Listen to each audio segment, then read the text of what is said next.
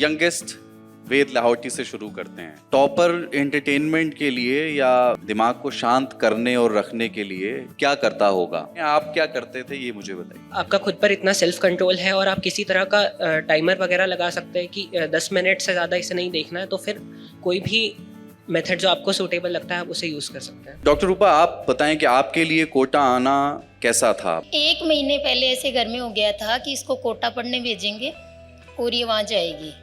तो जो प्रॉब्लम्स मुझे कोटा में आनी थी वो मैंने पहले ही फेस कर ली थी। मैं तो कोटा आई तब तो खुश हुई थी कि मुझे माहौल मिल गया। अगर आप एक कॉम्पिटिटिव एग्जाम में अगर आते हैं तो आपको उस एक इकोसिस्टम, उस माहौल की आवश्यकता होती है। तो जितने बच्चे थे यहाँ पे उसमें एक अलग तरह का उत्साह था, पर जो एग्जाम के लेवल पे आपका जो मेंटल अपग्रेड होना चाहिए वो एक कोटा के माध्यम से मिली। जिन टॉपर्स की हो और हम हमेशा उम्मीदों से देखते हैं कि यार ये लड़का कर सकता है, ये लड़की कर सकती है, तो हम भी कर सकते हैं। पर जब आप पहली बार कोटा आए होंगे तो वो समय कैसा था? यहाँ मैं आया तो जिस बैच में मैं था उसमें बहुत ज़्यादा टफ कंपटीशन थी, जिसमें फर्स्ट टेस्ट में तो मेरी रैंक भी काफ़ी लो थी। मैंने लगातार मेहनत करते हुए खुद को मतलब कुछ एक दो हफ्तों में ही वापस सही पेस पर ले आया था। आपने परीक्षा दी बेटी के जन्म के बाद।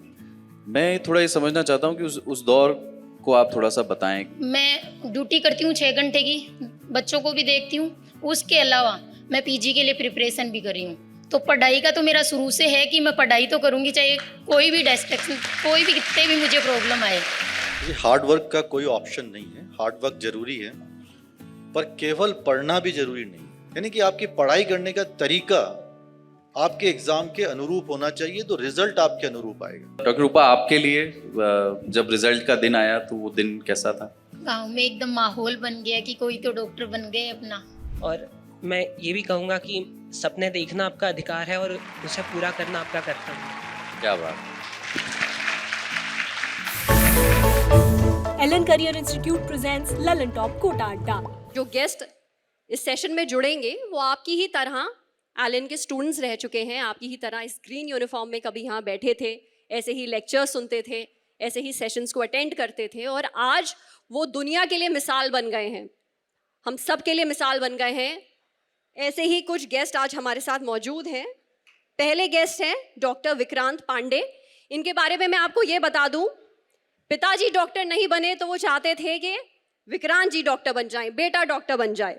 बेटा डॉक्टर बना, लेकिन उसने फिर ये सोचा कि पॉलिसी मेकिंग ही एक वो काम है जिससे मैं दुनिया में बदलाव ला सकता हूँ, अपने देश में बदलाव ला सकता हूँ। तो ये उन्होंने करके दिखाया है और आज वो हमारे साथ मौजूद है। मैं स्टेज पे इनवाइट करना चाहूंगी डॉक्टर विक्रांत पांडे को। जोरदार तालियां दोस्तों, बिल्कुल जोश से स्वागत करना है। ये आपके अलुमनाई हैं, आपको बनना है ना इनकी तरह। हमारी अगली गेस्ट हैं डॉक्टर रूपा यादव। लड़कियों, बहुत ध्यान से इनकी कहानी सुनिएगा।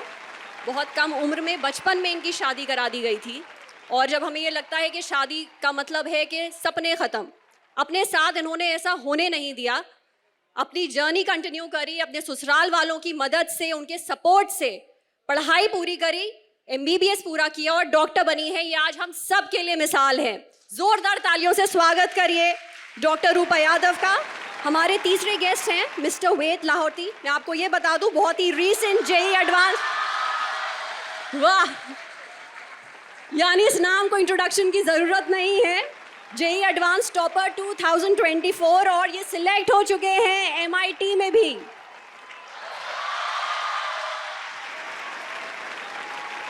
Such an inspiration. और इस सेशन को एंकर करने वाले हैं कुलदीप मिश्रा फ्रॉम ललन टॉप। जोरदार तालियां।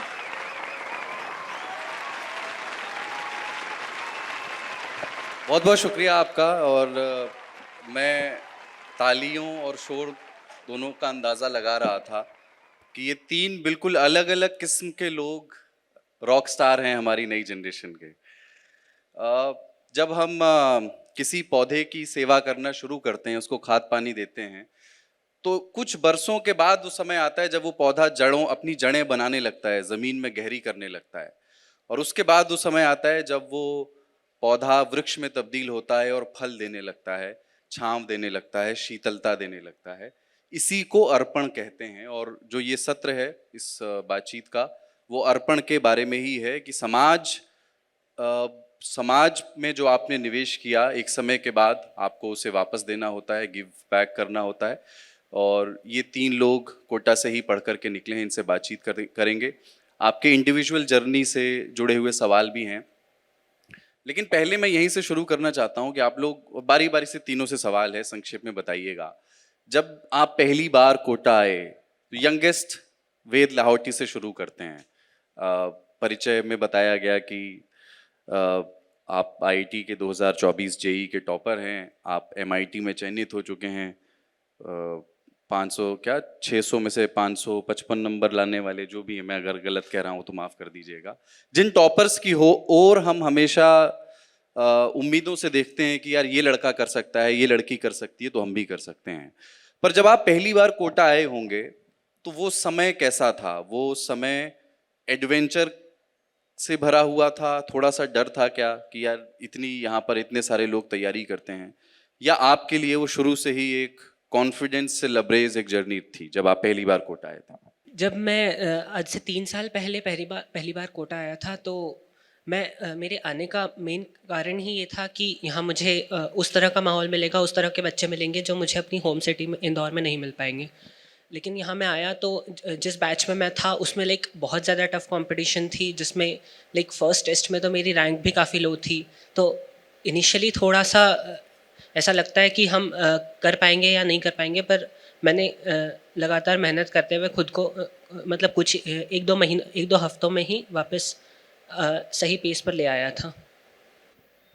मैं यहीं पे एक सवाल और पूछ लूँ फिर आगे बढ़ूँ कि जब आप कहते हैं ना कि थोड़े से कुछ माइनर सेटबैक्स थे, वो हर किसी की जर्नी में होते हैं, निराशा के कुछ छोटे छोटे किस्से सबके होते हैं। असल बात है कि आप उनसे डील कैसे करते हैं, कैसे आप वो ऐसा नहीं है कि आप मतलब जो आपका ग्रोथ है वो इस तरह का ग्राफ नहीं होता है, वो एक वेव है जो ऊपर नीचे होता रहता है। वो जो डिस्पेयर, वो जो निराशा है, उससे डील कैसे करना है, इसकी समझ आपकी कैसे बनी? वो आपका कोई गाइड था, उससे हेल्प मिली? आप स्वयं अपने जहन में बहुत मंथन करते थे, उससे मिली? इस बारे में मैं लगातार अपने पेरेंट्स के संपर्क में था, अपने टीचर्स से संपर्क में था, तो वो लगातार गाइड करते थे कि ये सब नॉर्मल है। और जब आप कोटा आते हो तो आपको इन सब के लिए मेंटली रेडी होना होता है कि आप वहाँ जाओगे तो इतने सारे बच्चे होंगे जो सभी एक ही लक्ष्य के साथ एक ही परीक्षा के लिए प्रिपेयर कर रहे हैं, जो अपनी पूरी जी जान लगाकर एक ही परीक्षा के लिए मेहनत कर रहे हैं। तो उतार चढ़ाव तो आते रहते हैं। मतलब इसको ध्यान में रख कर ही मैं कोटा आया था। और इसके अलावा यहाँ पर पूरा एलन का बहुत सपोर्ट मिला, तो उसकी वजह से मुझे कभी ऐसा नहीं लगा कि थोड़े उतार चढ़ाव होने से मैं कभी अपने लक्ष्य से दूर जा रहा हूँ, ऐसा मुझे कभी नहीं लगा। जी, शुक्रिया। डॉक्टर रूपा, आप हमारी नायिका हैं। हमने आपकी कहानी पढ़ी, 8 साल की उम्र में विवाह, उसके बाद मायके में रहते हुए पढ़ाई, फिर आप जब यहाँ आई, परीक्षा आपने दी, तब आपकी बिटिया बिल्कुल हुई थी, है ना? अब आप नागौर में जी पोस्टेड हैं। मुझे ये बताएं कि आपकी जर्नी जो है ना, बहुत अनयूजुअल जर्नी है, और वो हिंदुस्तान की जर्नी से थोड़ी सी मेल खाती है। हिंदुस्तान भी आज़ादी के बाद से लड़खड़ा करके और उसके बाद खड़ा हुआ, और उसका ग्राफ अब आप देखिए कि वो गांव के लोग जब शहरों में आए और उन्होंने सपने देखे और उन सपनों को पूरा किया। तो डॉक्टर रूपा, आप बताएं कि आपके लिए कोटा आना कैसा था, मतलब उस दौर में? सर मैं आपको बताऊं कि 1 महीने पहले ऐसे घर में हो गया था कि इसको कोटा पढ़ने भेजेंगे और ये वहाँ जाएगी। तो जो प्रॉब्लम्स मुझे कोटा में आनी थी वो मैंने पहले ही फेस कर ली थी। मैं तो कोटा आई तब तो खुश हुई थी कि मुझे माहौल मिल गया। मतलब ये जो प्रॉब्लम थी कि समाज को फेस करना है, फैमिली को फेस करना है, कभी एक्सपेक्ट नहीं किया था कि मुझे कोटा भेज देंगे या मैं यहाँ इतनी दूर पढ़ने जाऊँगी, इतने बड़े इंस्टीट्यूट में। यहाँ तो बिल्डिंग देख के मुझे तो ऐसे हो गया था कि फर्स्ट टाइम ऐसे देखा कि इतनी 7th फ्लोर पे मेरी क्लास लगेगी। तो ऐसे सब कुछ अनएक्सपेक्टेड था मेरे लिए तो। और प्रॉब्लम्स घर पे थी, यहाँ आने के बाद तो ऐसे था कि अब तो बस मुझे पढ़ना है, घर का काम छूट गया मेरे से और यहाँ पढ़ना है बस मुझे। वो अब एक आत्मविश्वास बढ़ा आपका। डॉक्टर विक्रांत, सवाल यही है आपसे भी कि मतलब ठीक है कि डॉक्टरी की पढ़ाई के बाद आपने चुना कि मैं यूपीएससी मेरी कॉलिंग है और आप आईएएस बने, लेकिन जब आए थे तो तब मन में क्या ख्याल थे? मैं यहीं पास के जिला है झालावाड़, वहीं से मैं बिलोंग करता हूँ और एक मध्यम वर्गीय परिवार में एक टाउन मेंटेलिटी के साथ हम लोग एक सरकारी स्कूल में 12th तक करके पढ़ाई चलती रही वहाँ पे। ये बात है 95-96 की, it's a long back actually. उस समय कोटा आज जिस जगह पे है उस समय कोटा उस स्थान पे नहीं था। कोचिंग उस समय एक इंडिविजुअल कोचिंग से एक संस्थागत कोचिंग का स्वरूप बन रहा था, इवॉल्व हो रहा था उस समय। और मेरे को याद है कि उस समय मेडिकल का जब एग्ज़ाम होता था तो कोचिंग की भूमिका को लेकर के बहुत ज़्यादा शाश्वत नहीं रहा जाता था, पर मेरे पिताजी का हमेशा ये अवलोकन रहा कि अगर आप एक कॉम्पिटिटिव एग्ज़ाम में अगर आते हैं तो आपको उस एक इकोसिस्टम, उस माहौल की आवश्यकता होती है। और उसी की वजह से ये हुआ कि एलन में मैंने एडमिशन लिया और यहाँ पे मुझे याद है ब्रजेश सर हमको उस समय फिजिक्स पढ़ाया करते थे और सक्सेना सर थे, वैष्णव सर थे जो केमिस्ट्री और बायो पढ़ाया करते थे। तो जितने बच्चे थे यहाँ पे उसमें एक अलग तरह का उत्साह था। सभी मिडिल क्लास से टाउन मेंटेलिटी के साथ आए थे, पर जो एग्ज़ाम के लेवल पे आपका जो मेंटल अपग्रेड होना चाहिए, एक कहते हैं ना कि लेवल जंपिंग, वो एक कोटा के माध्यम से मिली है। एक कोचिंग संस्थाएं जो होती हैं वो आपके ब्रेन को स्ट्रेच करना सिखाती हैं और एक स्ट्रेचेबिलिटी जब तक नहीं आती आपकी जो डायमेंशन है सोचने की वो नहीं बढ़ती है। तो एक अच्छी डायमेंशन, एक पॉजिटिव डायमेंशन के अंदर अगर आप सोचते हैं और यदि आपके अंदर वो बीज है तो वो निश्चित तौर पे अंकुरित होता है। कोटा उसका एक माध्यम है और कोटा एक उसकी उर्वरक भूमि है। जी। वेद, ये जो बात आई ना कि एक माहौल की बात है, कोटा आपको वो माहौल उपलब्ध कराता है, वो एनवायरनमेंट। विक्रांत जी कह रहे थे कि अपने दिमाग को स्ट्रेच करना सिखाता है, लेकिन आप अपने नज़रिए से उसको एक्सप्लेन करें, उस माहौल का मीनिंग क्या है? जो संभवतः बहुत सारे पेरेंट्स होंगे जो सोचते होंगे कि वो कभी कोटा भेजेंगे, वहां जाकर के उनको वो माहौल मिलेगा, इसका अर्थ क्या है? इसका इन जनरल तो ये अर्थ है कि जब बच्चे एक ऐसे एनवायरनमेंट में जाएंगे जहाँ उनके आसपास के बच्चे भी एक ही चीज़ के लिए पढ़ रहे हैं, तो कोई डिस्ट्रैक्शन जैसी चीज़ नहीं होगी ना, मतलब ना किसी ऐसा नहीं है कि बाकी बच्चे फ़ोन वगैरह चला रहे हैं या बाहर खेल रहे हैं बहुत ज़्यादा, या इस तरह की चीज़ें नहीं है। इसके अलावा लोगों के टारगेट्स अलग अलग नहीं है, लगभग यहाँ पर सभी या तो जेई या नीट की प्रिपरेशन कर रहे हैं। और अगर आप थोड़ा सा भी इसमें पीछे होते हो तो आप जब अपने आसपास के बच्चों को देखोगे कि वो आगे वो पढ़ रहे हैं, यहाँ पर आप अपने टेस्ट में रैंक देखोगे तो मतलब आपको खुद से एक मोटिवेशन फील होगा कि आपको भी पढ़ना है, क्योंकि मतलब आपको खुद ये फील होगा कि आपको भी पढ़ना है, क्योंकि आपकी जिन बच्चों से कंपटीशन है फाइनली उनमें से कुछ बच्चे यहीं पर है। अगर आप इनमें ही पीछे रह जाओगे तो उनमें तो मतलब आप अपने सपने पूरे नहीं कर पाओगे। तो आपको एक तरह से एक शॉर्ट स्केल पर आपको वो देखने को मिलता है जिनसे आपकी कंपटीशन होने वाली है। तो फॉर द फाइनल टेस्ट आपका एक मतलब माइंडसेट डेवलप होता है कि हमारा इन बच्चों से कंपटीशन है और इतने सारे बच्चे, तो उसे देख कर हमें माहौल मिलता है, एक अच्छी प्रैक्टिस पिच मिलती है जिसके लिए आप फिनाले के लिए तैयार हो सकें। एक सवाल और, मैंने आपसे शुरुआत यहाँ से की कि कोटा जब आए तो आपके मन में क्या ख्याल थे, लेकिन जिस दिन रिजल्ट आना था, आपका जेई का रिजल्ट जिस दिन आना था, आपको सैम्पल पेपर्स और उसके पहले के प्री टेस्ट जो मॉक टेस्ट होते हैं उनसे अंदाज़ा हो जाता है कि मेरा हो जाएगा या नहीं, लगभग, स्पेशली टॉपर्स को। पर मन में उस दिन के ख्यालों की कोई मेमोरी है अभी आपको कि उस दिन ये सोच रहे थे कि आज क्या होगा न जाने, और क्या प्लान बी के बारे में भी ख्याल चल रहा था कि अगर जिस तरह की रैंक मैं एक्सपेक्ट करता हूँ नहीं होगा तो मेरा प्लान बी है, ऐसा कुछ चल रहा था दिमाग में? इन जनरल मैंने अपनी प्रिपरेशन के दौरान प्लान बी नहीं बना कर रखा था। मुझे कॉन्फिडेंस भी था और मैं उस हिसाब से पूरी तरह मेहनत कर रहा था, तो मुझे कभी इस तरह प्लान बी की ज़रूरत नहीं पड़ी। और एग्ज़ाम के यू वर कॉन्फिडेंट कि मेरा सिलेक्शन होना है? आई वॉज कॉन्फिडेंट और कंसिस्टेंटली मेरे टेस्ट के रिजल्ट्स भी काफ़ी कंसिस्टेंट थे, तो उससे मुझे ये तो मतलब मैं ये तो देख पा रहा था कि एग्ज़ाम जैसा भी हो मेरी एक अच्छी रैंक आ जाएगी। ठीक है। डॉक्टर रूपा, आपके लिए जब रिजल्ट का दिन आया तो वो दिन कैसा था? गांव में एकदम माहौल बन गया कि कोई तो डॉक्टर बन गए अपना। जिन मतलब लड़कियों ने पढ़ाई पीयर में की होगी, वो ससुराल में रह रही थी, सबको लगा कि अब तो हम भी अपनी बहुओं को पढ़ाएंगे, हम भी अपनी बहुओं को पढ़ाने भेजेंगे। तो एकदम ऐसे माहौल की गांव में ऐसे सेलिब्रेशन सा हो गया कि नहीं, इनके घर की बहू तो डॉक्टर बन गई। और मेरे खुद के मन में जो था कि ठीक है, अब मेरे को इस फेज से तो निकल गई कि घर वालों ने स्टार्ट करवा दिया और अब मेरा इसमें सिलेक्शन हो गया, लेकिन आगे भी जिन लोगों ने किया है मुझे मोटिवेट गांव में, इनको कभी भी इससे रिलेटेड मेरे से मान लो कि उनको कोई पेशेंट दिखाना है, कोई भी प्रॉब्लम आए तो मैं इनकी सोल्व करने के लिए तत्पर रहूं।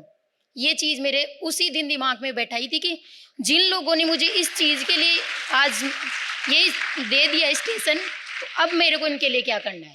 डॉक्टर विक्रांत, इसमें आपसे मतलब एक सवाल ये भी जोड़ देता हूँ कि देखिए, जब इस तरह की यात्राओं में एंड की बहुत बात होती है, मीन्स की जब सफलता हो जाती है तो मीन्स की बात बहुत कम होती है। मीन्स और एंड दो चीज़ें हैं, प्रक्रिया है और सफलता है, उसकी मंजिल है। तो आप अपनी जर्नी तो बताएं ही, जो सफलता से जुड़ी हुई है, पर जब आप IAS अधिकारी हैं, दिल्ली के गुजरात भवन में आपको ताज़ा पोस्टिंग मिली है और तमाम ज़िलों में आपने अपनी सेवाएं दी, अब आप इस असफलता या छोटी नाकामियों को किस तरह से देखते हैं, ये भी उसमें जोड़िए। मुझे याद है कि 96 में हम लोग जब मेडिकल के लिए सिलेक्ट हुए, तो जैसे इस बार जब नीट का जितना टफ पेपर आया था, 95 में सर उतना ही टफ पेपर नीट का हमारा उस समय PMT था, राजस्थान PMT, उसका आया था। और उसमें स्पेशली जूलॉजी का पेपर बहुत टफ था। जब हम लोगों ने एग्ज़ाम देकर के, यहीं कोटा मेरा सेंटर था, एग्ज़ाम देकर के हम लोग निकले तो पापा वेट कर रहे थे, तो 3 पेपर अच्छे गए थे, जूलॉजी का लास्ट पेपर था। मैं कहा पापा ये पेपर इतना टफ है कि मुझे नहीं लगता कि कहीं सिलेक्शन के चांस हैं।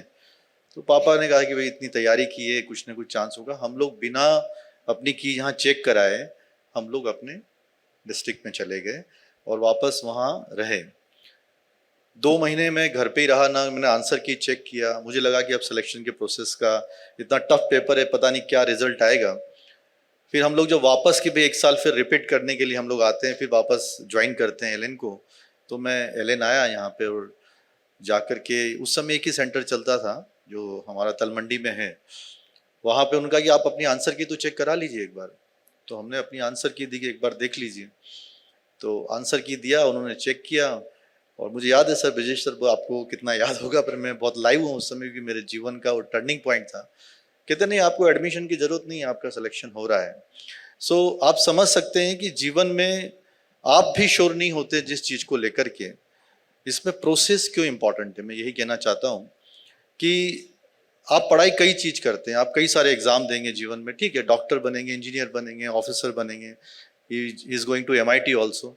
तो हमें लाइफ में कई सारे एग्जाम देने हैं। एक बहुत टेंडर एज में आपको, जब आप बहुत हाई लेवल का जब कंपटीशन देते हैं, तो उसकी तैयारी की प्रोसेस में आप तैयार होते हैं। आप असफलताओं के लिए तैयार होते हैं, सफलताओं के लिए तैयार होते हैं, दोनों को कैरी करना आना चाहिए। आप असफल भी होंगे तो कैसे करेंगे, और सफल होंगे तो भी कैसे करेंगे। मुझे लगता है कि यहाँ एक इस तरह का इकोसिस्टम बनाया जाता है जो आदमी को उसके जो बेसिक गुण हैं उसको इनकलकेट किया जाता है।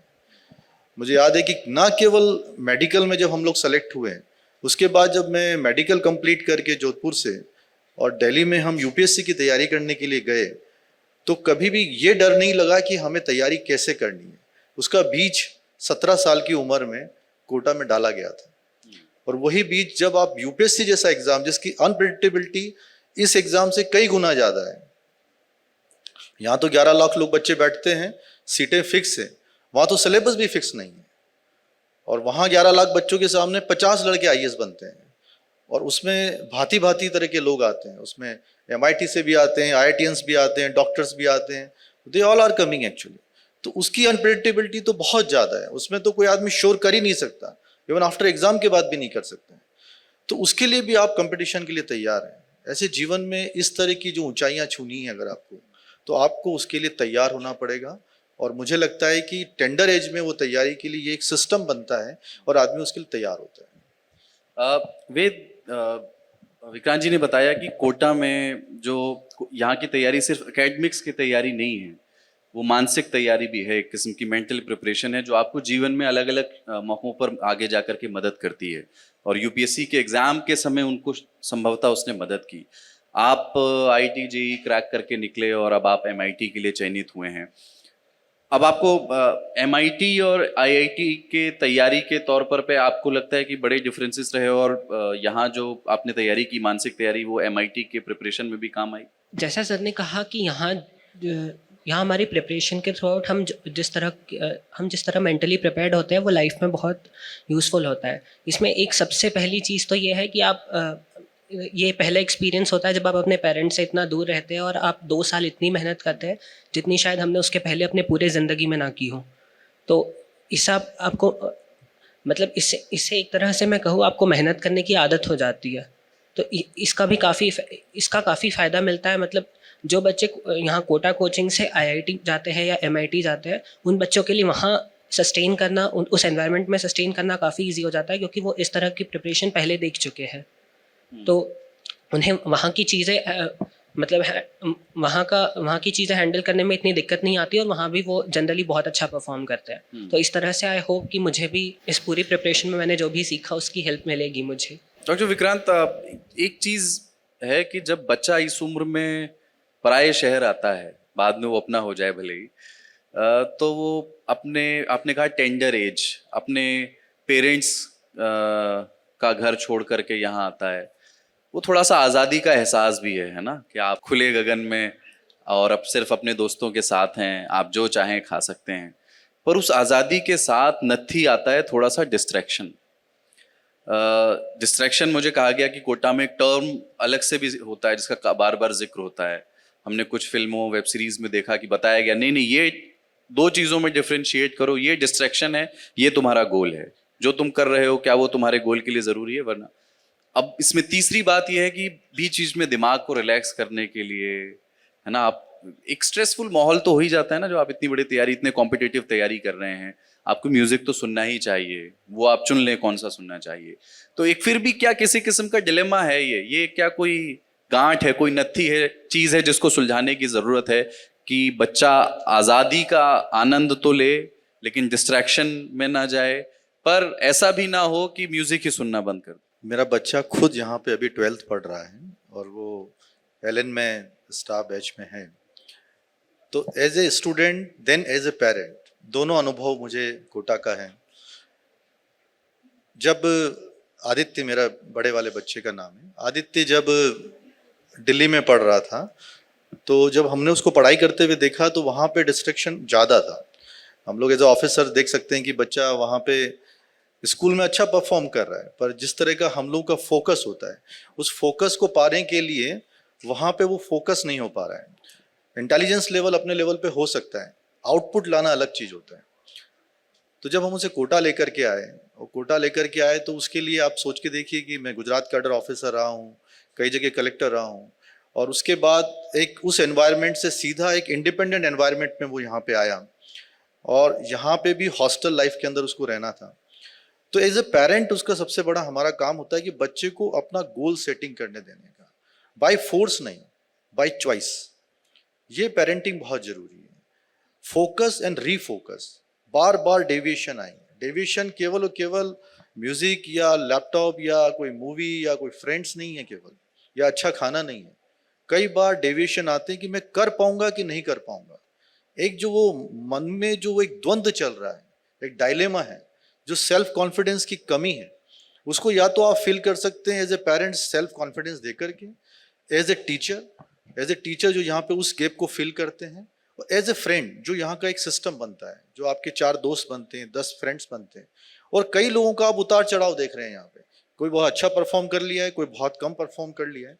वो बच्चे को तैयार करता है कि नहीं, उसको सेल्फ मोटिवेट भी करता है।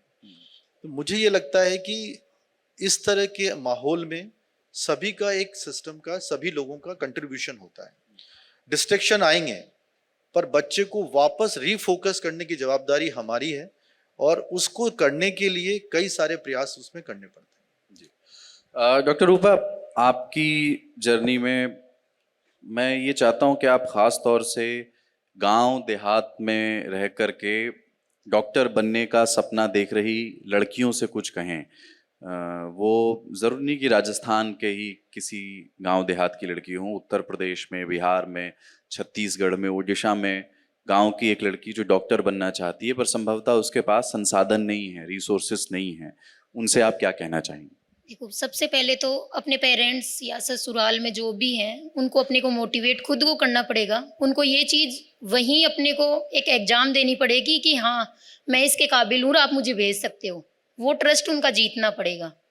अगर जिस फैमिली में रह रहे हैं उनका ट्रस्ट जीतोगे आप, तो उनको भी लगेगा कि नहीं, इनको और हायर एजुकेशन के लिए अपने को भेजना चाहिए। जैसे मैंने 11th-12th ससुराल में रह के की, वैसे तो मैं 9th से ही ससुराल में रही हूँ। तो उस टाइम पे मैंने उस मतलब पूरे टाइम काम करके भी वो पढ़ाई करके उनको ये चीज़ दिखा दी कि मेरा पढ़ाई में कितना इंटरेस्ट है। तो वो खुद मोटिवेट हुए, क्योंकि बिना उनके पास कोई ऐसी एजुकेशन नहीं थी कि वो मुझे ऐसे बता सकें कि ये MBBS है, इसके लिए आपको प्री नीट मतलब प्री एक टेस्ट देना पड़ेगा, उसमें आप सेलेक्ट होगे, उसके बाद आपकी MBBS होगी, उसके बाद आप डॉक्टर बनोगे। ये चीज़ें तो नहीं बताई, पर उनको ये था कि इसको भेजना है और ये डॉक्टर बनेगी।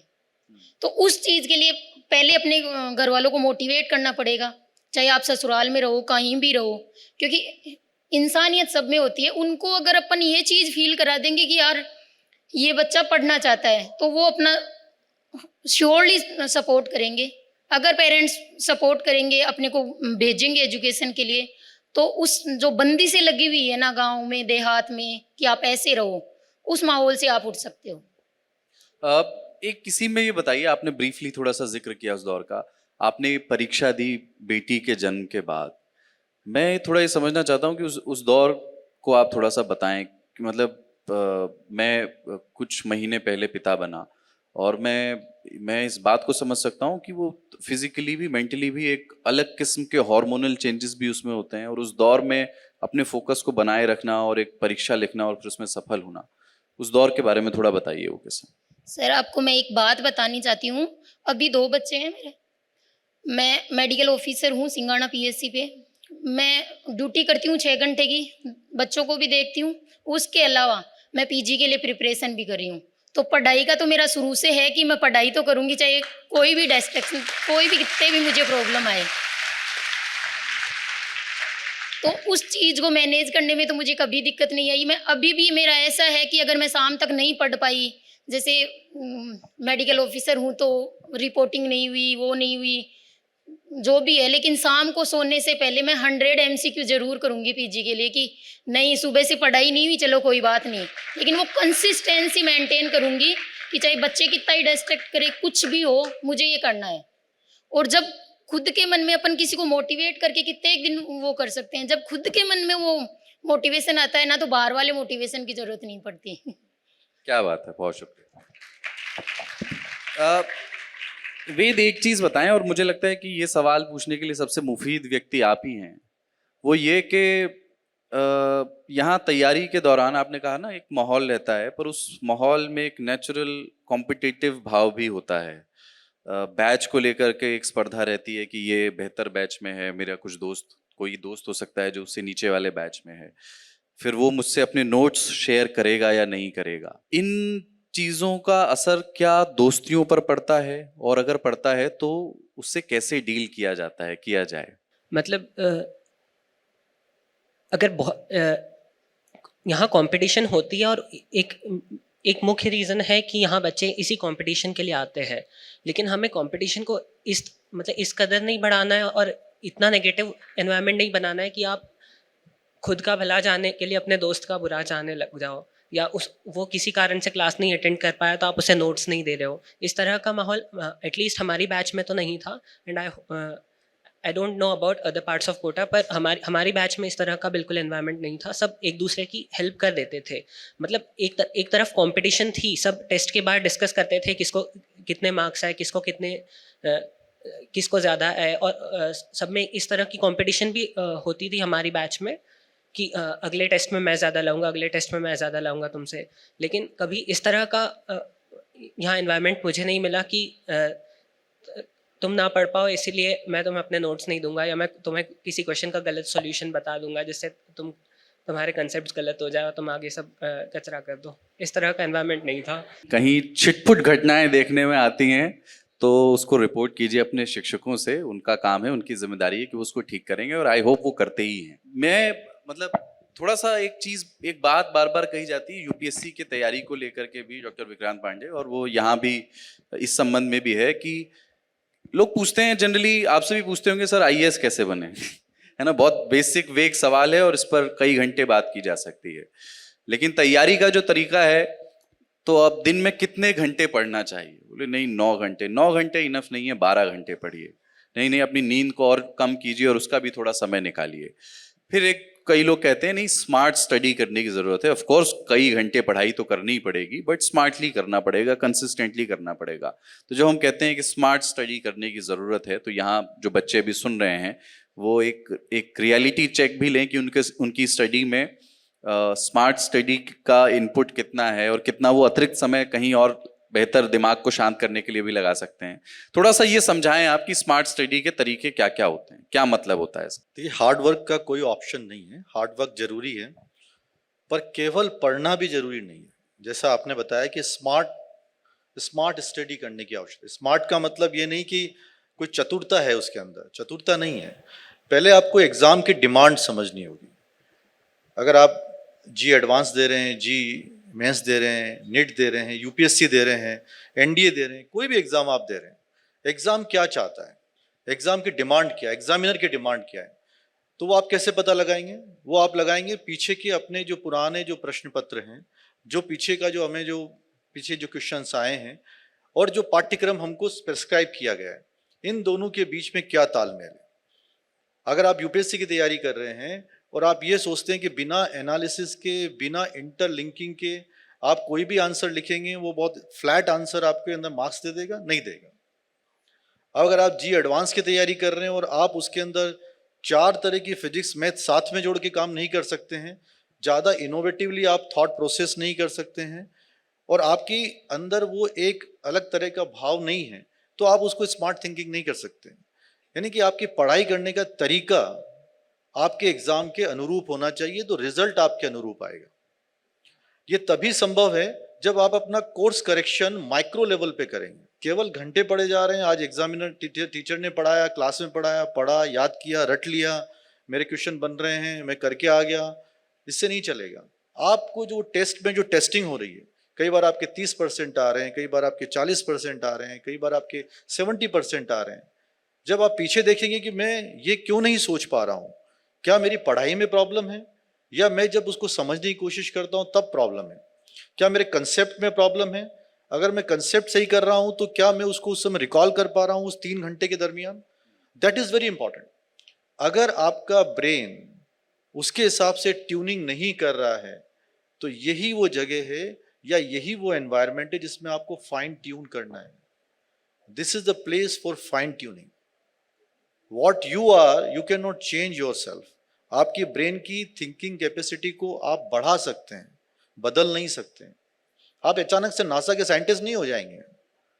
आपको उसके लिए अपने आप की क्षमता के अनुरूप फाइन ट्यून करके हार्ड वर्क करना पड़ेगा, and that will be the smart study, smart thinking according to exam. हमारे एक शिक्षक कहते थे कि ये जो प्रक्रिया जो आपने एक्सप्लेन की, सफल होने की प्रक्रिया, वो एक बनी हुई दीवार को टक्कर मारकर तोड़ देने जैसी नहीं है, ये ईंट दर ईंट दीवार बनाने की प्रक्रिया है। तो उसी के तहत आप आगे बढ़ते हैं। डॉक्टर रूपा, आपसे सवाल ये है कि अभी डिस्ट्रैक्शन की बात हो रही थी या आज़ादी की बात हो रही थी, पर आप जब यहाँ आई और आपने कहा कि आप बहुत प्रसन्न थी कि आपको कोटा में ये मौका अवसर मिला, फिर लेकिन परीक्षा तक का और उसका जिक्र हुआ। घरेलू जिम्मेदारियां एक तरफ होती हैं, ठीक है, उनमें से कुछ से आप मुक्त हो गई जब आप यहाँ तैयारी कर रही थी, पर घरेलू जिम्मेदारियां और क्लासरूम के बीच में आपने बैलेंस कैसे बनाया? जैसे सर ने एक बात कही कि अपने को कोई भी तैयारी करने से पहले एनालिसिस करना चाहिए। तो यहाँ एलएन में एक मॉड्यूल मिलता है जिसमें पूरे पेपर होते हैं। जब मैं फर्स्ट टाइम यहाँ आई थी, मटेरियल मिल जाता है, मैंने और चीज़ें पढ़ने की बजाय पहले वो चीज़ें पढ़ी थी कि मुझे ऐसे तो पता चले कि क्वेश्चंस क्या आएंगे और मतलब मुझे करना क्या है अब, क्योंकि मुझे तो सफलता तो चाहिए कि भाई नहीं पास होंगी तो कभी घर वालों ने भेजे हैं इतनी दूर पढ़ने के लिए, तो उस चीज़ को कर ही नहीं पाऊंगी। उनको तो ऐसे लगेगा कि ऐसे ही भेजा इसको। तो फर्स्ट टाइम मैं जब आई थी यहाँ पे, तो वो 17 साल के जो मॉड्यूल थे पुराने क्वेश्चंस की कैसे आते हैं, और जब भी सर क्लास में पढ़ाते थे तो जहाँ सर बताते थे कि ये क्वेश्चन कभी पूछा हुआ है, ऐसे पूछा हुआ है। मैंने एक बार जब कोटा आई, घर की सारी टेंशन को हटा दिया था कि घरेलू कोई चीज़ है, कुछ भी ऐसे था कि कोटा आई हूँ, जिस मकसद से आई हूँ उस मकसद को पूरा करूँगी। तो फर्स्ट दिन से ही उस चीज़ की प्रिपरेशन में लग गई थी, तो मुझे कभी उस चीज़ का जैसे डिस्ट्रैक्शंस होते हैं कुछ भी नहीं फील हुआ। फर्स्ट दिन से मेरे ऐसे था कि बस पढ़ाई करनी है, मुझे कुछ भी नहीं करना। वो मतलब मेरा इंटरेस्ट था कि मैं और चीज़ों में नहीं ध्यान लगाती थी कि बस यही करना है मुझे। तो मुझे कभी इन चीज़ों को फेस नहीं करना पड़ा। वेद, जो बात हो रही थी कि कैसे दिमाग को भी शांत किया जाए, लगातार तो पढ़ाई नहीं कर सकते।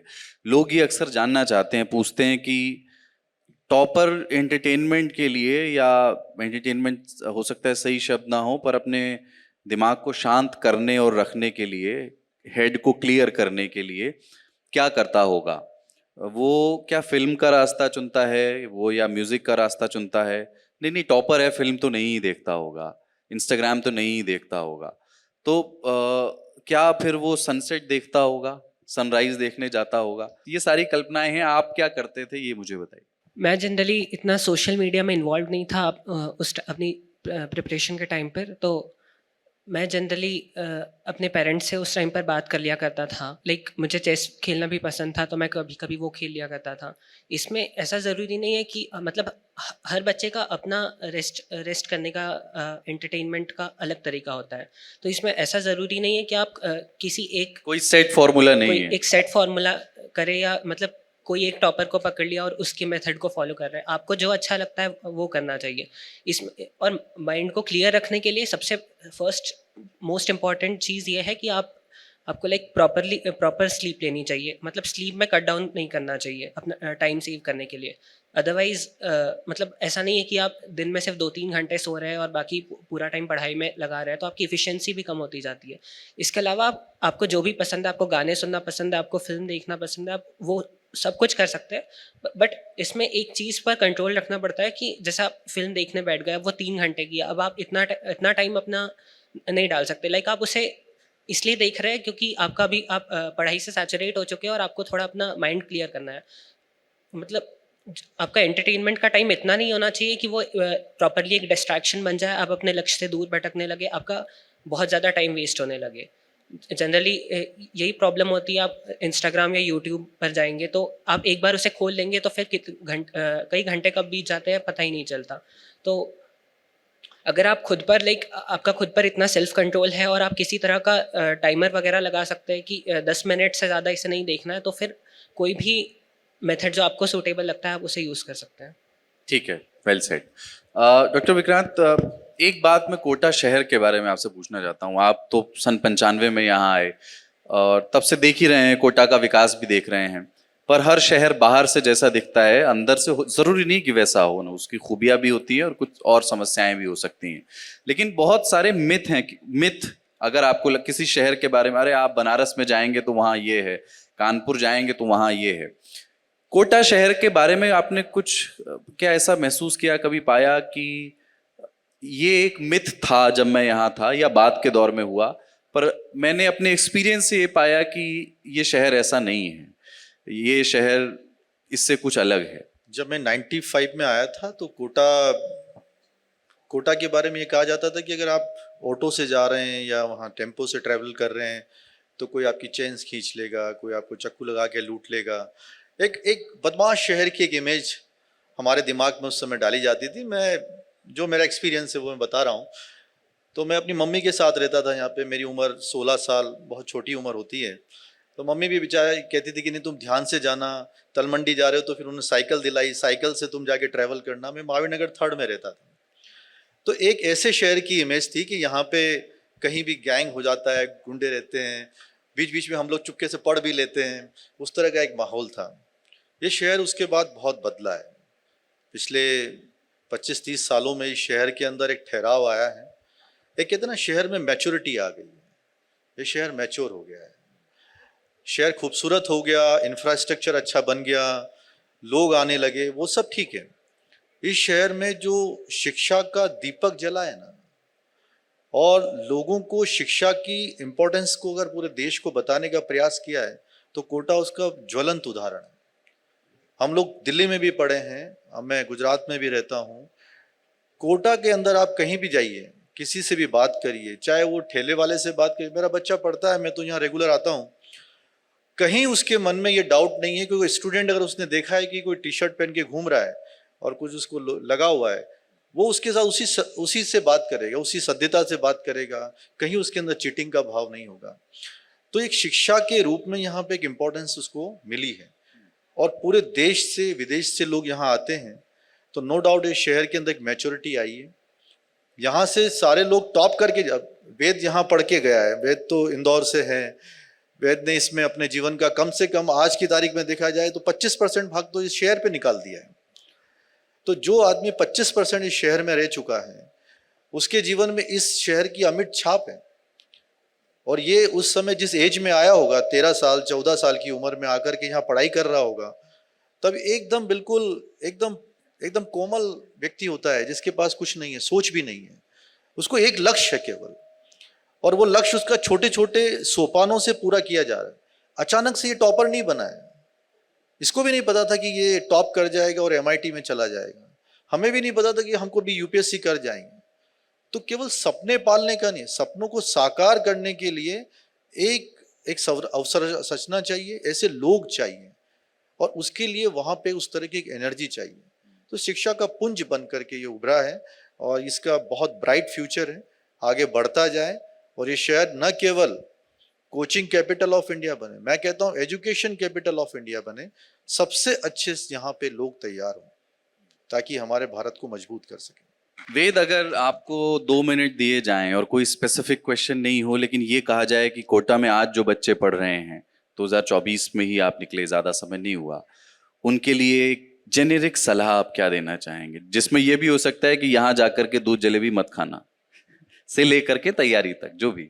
मैं मतलब यही कहूँगा कि यहाँ आप आए हो, जो भी आपके सपने लेकर यहाँ आए हो, जिन्हें आप पूरा करने के लिए यहाँ आए हो, उसके लिए आपको खूब मेहनत करनी चाहिए, और आपको उसके लिए खूब मेहनत करनी चाहिए। और यहाँ आपको आपके पेरेंट्स ने भेजा है, तो एक बहुत विश्वास के साथ भेजा है कि आप यहाँ अननेसेसरी डिस्ट्रैक्शंस में या बुरी चीज़ों में नहीं लगोगे। तो आपको उस विश्वास को नहीं तोड़ना चाहिए, इसका आपको ध्यान रखना चाहिए। और मैं ये भी कहूँगा कि सपने देखना आपका अधिकार है, और उसे पूरा करना आपका कर्तव्य है। क्या बात। रूपा जी, यही सवाल आपसे भी। मैं बच्चों को ये कहना चाहूँगी कि आप यहाँ आए हो ना, कोटा आए हो, तो आप नीट और जेई नहीं भी क्लियर कर पाओगे ना, तो लाइफ में मतलब एक बैरियर होता है। आप इतने लक्की हो कि यहाँ आ गए, इसका मतलब आप अपनी लाइफ में कुछ तो बढ़िया कर लोगे। ये चीज़ नहीं मिलेगी तो कुछ तो बढ़िया कर लोगे, मतलब लक्की हो। ऐसे नाम सुनते हैं कि LN में जा रहा है बच्चा, कि डॉक्टर और इंजीनियर नहीं भी बनेगा ना, तो एक अच्छा इंसान तो बन के आएगा। क्या बात। डॉक्टर विक्रांत, जो यहाँ आ जाता है उसको हार्डवर्क और जीवन का सत्य पता लग जाता है, चाहे वो सफल होके जाए या असफल होके जाए। सफल होके गया तो जीवन उसके लिए ये कोटा एक एंकरिंग का काम करता है, जो लाइफ को उसको एक अलग पायदान पे ले जाएगा। पर जो असफल हो गया है, वो जीवन में इतने गुण लेकर के जाता है, चाहे हो सकता है कि वो एक डॉक्टर या इंजीनियर ना बने, वो एक अच्छा इंसान, मेहनतकश इंसान, तार्किक रूप से सोचने वाला व्यक्ति, लॉजिकल पर्सन, एक लॉजिकल व्यक्तित्व का निर्माण होता है यहाँ पे। और ये व्यक्तित्व की एक हमारे देश में आवश्यकता है। 1.5 लाख से 2 लाख बच्चों का भविष्य 1 साल में सुधारता है। ऐसे करोड़ों बच्चे हमारे देश में पढ़ते हैं, जो केवल पढ़ाई कर रहे हैं, उनके मन में, मस्तिष्क में इस देश के प्रति, काम के प्रति वो समर्पण नहीं आता है। ये जीवन में कैसे समर्पित होया जाता है, कैसे एक व्यक्तित्व का निर्माण होता है, एक अच्छे नागरिक का निर्माण होता है, वो ये कोटा सिखाता है और ये तैयारी का वो माध्यम है उसके माध्यम। अब सवाल जवाब की बारी है, तो आप लोगों के मन में जो भी सवाल हो आप पूछ सकते हैं। जी, हाथ खड़ा करेंगे जो भी सवाल पूछना चाहते हैं और बताएंगे कि किनसे पूछना चाहते हैं। मेरा डॉक्टर रूपा यादव से क्वेश्चन है और वो बच्चे सब इसका जवाब बहुत ध्यान सुने। बेटा, हम जानते हैं आप में करेज तो बहुत था और आज भी है, और आज भी आप बता रहे हैं कि अपना रूटीन कैसा लेके चल रहे हैं, आगे पीजी की तैयारी कर रही हैं, लेकिन ससुराल जाके आपको एनकरेज किसने किया? मेरे जीजू ने सबसे ज्यादा।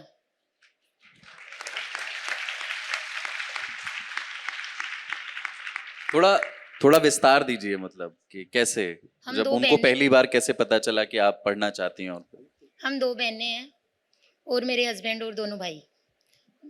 तो मेरे पीयर से किसी ने उनको ऐसे कह दिया कि हमारी बच्ची की तो 84 तो 10th में परसेंटेज है, 10th में मुझे वापस पीयर पढ़ने भेज दिया था और आप तो इसको आगे नहीं पढ़ाओगे। उस दिन उन्होंने घर पे आके, अभी भी मुझे याद है, सारे घर वाले बैठे थे, ये बात बोली थी कि ये जो पढ़ेगी ना मैं पढ़ाऊंगा इसको, चाहे मुझे कुछ भी करना पड़े। उनका वो मोटिवेशन आज भी मुझे, मैं तैयारी करती हूँ, प्रिपरेशन करती हूँ, तो उनका फेस ऐसे आ जाता है ना, तो ऐसे अंदर से मोटिवेशन आता है कि नहीं मुझे कुछ करना है। अगर आप, क्या आप अपने, चूंकि इस कहानी में उनकी भूमिका है, उनका नाम आप बताना चाहेंगे? बाबूलाल जी यादव। बाबूलाल जी को बहुत बहुत सलाम, नमस्कार, प्रणाम। जी, तीनों बच्चे मुझसे बहुत जुड़े हुए हैं। मैं वेद लाहौटी से क्वेश्चन पूछ रहा हूँ, बच्चों के हिसाब से बहुत इंपॉर्टेंट है। वेद ने एक ऐसी अचीवमेंट की बात करी, MIT, लेकिन उससे पहले IIT भी कैसा एक हर तरह का रिकॉर्ड तोड़ दिया, 355 आउट ऑफ 360 स्कोर प्रोड्यूस किया।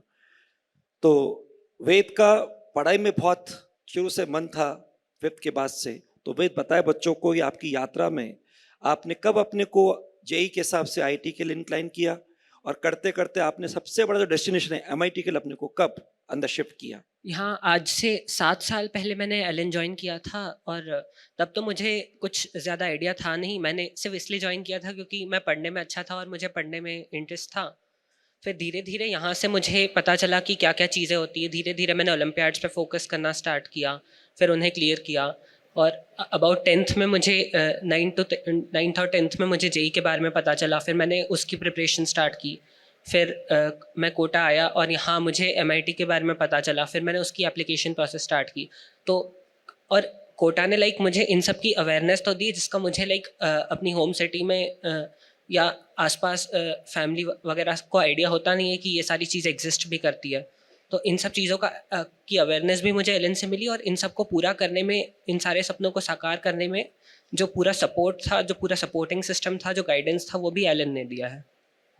हम आज ही अभी MIT सेलिब्रेशन करके आए हैं, तो वहाँ पे जब क्वेश्चन पूछा गया कि आप एलन के लिए क्या बोलेंगे, बोले एलन मतलब वन स्टॉप सॉल्यूशन। IIT तो वहाँ भी है और MIT तो वो भी है। बहुत बढ़िया। और डॉक्टर विक्रांत, आपने तो पेरेंट्स को तो गिफ्ट दी, क्योंकि आपको लिफ्ट करके जाना था, IAS ऑफिसर, कलेक्टर बनना था। आप हल्का सा बताइए, जब आप सबसे पहले कोटा आए थे, आप हिंदी मीडियम के थे, मुझे याद है अभी भी। आप सबसे आते पहले पूछा हिंदी मीडियम का सिलेक्शन होता है कि नहीं होता है, जरा वहाँ से हल्की सी बात बताइए। मैं सरकारी स्कूल में 12वीं तक हिंदी माध्यम में, झालावाड़ में एक बकानी तहसील है, मैं वहीं पे पढ़ा हूँ। और हमारे टीचर, स्कूल बहुत अच्छा था, टीचर बहुत अच्छे थे, आलिया साहब थे, दयानंद जी थे, शिव शंगी जी थे। पर हिंदी माध्यम से जब हम लोग पढ़ते थे, और उसके बाद जब कोटा पहली बार हम आए और एलन ज्वाइन करना था, तब मेरा पहला प्रश्न ये था कि हिंदी माध्यम में पहले तो मुझे मटेरियल मिलेगा या नहीं मिलेगा। दूसरी बात है कि इतनी समझ हमारे पास कंसेप्चुअल नहीं थी, क्या हम लोग उससे compete कर पाएंगे कि नहीं कर पाएंगे। क्योंकि यहाँ पे उस समय आपके तो भी बहुत बैच चलते हैं, हमारे उस समय B1, B2, B3, B4 batch चला करते थे, और उस समय एंट्रेंस एग्जाम नहीं होता था। 12th की परसेंटेज के बेसिस पे आपको बैच अलॉट किए जाते थे। मुझे B2 बैच उस समय मिला था, और 12th का परसेंटेज 86 के आसपास राजस्थान बोर्ड में था, इस वजह से। तो आप जब जाते हैं तो कई सारे इनहिबिशन के साथ जाते हैं। आप मानेंगे नहीं, मैं जब UPSC की तैयारी करने गया, मेडिकल किया, तो यूपीएससी में भी जब हम लोग गए तो देखिए, मैं हिंदी माध्यम में पढ़ा हूँ, इस बात का गर्व है कि हिंदी मेरी मातृभाषा है, पर मेरी थॉट प्रोसेस भी हिंदी में है, मैं सोचता भी हिंदी में हूँ और मुझे उसमें कोई शर्म नहीं। अब हमारी इंग्लिश अच्छी हो गई क्योंकि 20 साल से जॉब करते करते now we are better in English also. पर जब मैं यूपीएससी की तैयारी करने गया तो मुझे लगा कि यूपीएससी में तो आपकी अभिव्यक्ति की ही केवल आपकी नंबर है, आपका नॉलेज नहीं इंपॉर्टेंट है, आपका एक्सप्रेशन इंपॉर्टेंट है, वो उसका कोर है। यूपीएससी का कोर ही यही है कि how you can express your self. तो वहाँ भी मैंने हिंदी मीडियम लिया और हिंदी माध्यम में वहाँ किताबें या कोचिंग नहीं होने के बावजूद भी पूरे इंडिया में 2nd रैंक हिंदी माध्यम में मैं वहाँ पे लेकर के आ पाया।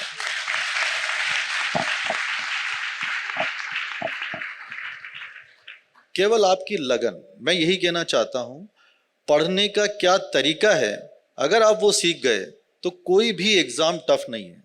यूपीएससी में मेरा सब्जेक्ट था ज्योग्राफी और संस्कृत लिटरेचर, मैं डॉक्टर हूँ और 1 साल के अंदर हम लोगों ने ज्योग्राफी और संस्कृत लिटरेचर पढ़ के यूपीएससी जैसे एग्जाम को हमने कंप्लीट कर लिया। कहीं ना कहीं आपके पास वो सिनेप्सिस जो ब्रेन में होने चाहिए, जो तार होने चाहिए, वो थे, केवल उनको कनेक्ट करना था। ज्ञान अपने आप उसको सिंचित करता है, आउटपुट अपने आप आता है। Thank you. मेरी लगी पढ़ाई संग प्रीत दुनिया क्या जाने, और मुझे मिल गया मन का मीत दुनिया क्या जाने। बहुत बहुत शुक्रिया आप तीनों का, आप तीनों ने समय निकाला और हमसे बातचीत की, फिर आपसे बात करेंगे। बहुत शुक्रिया।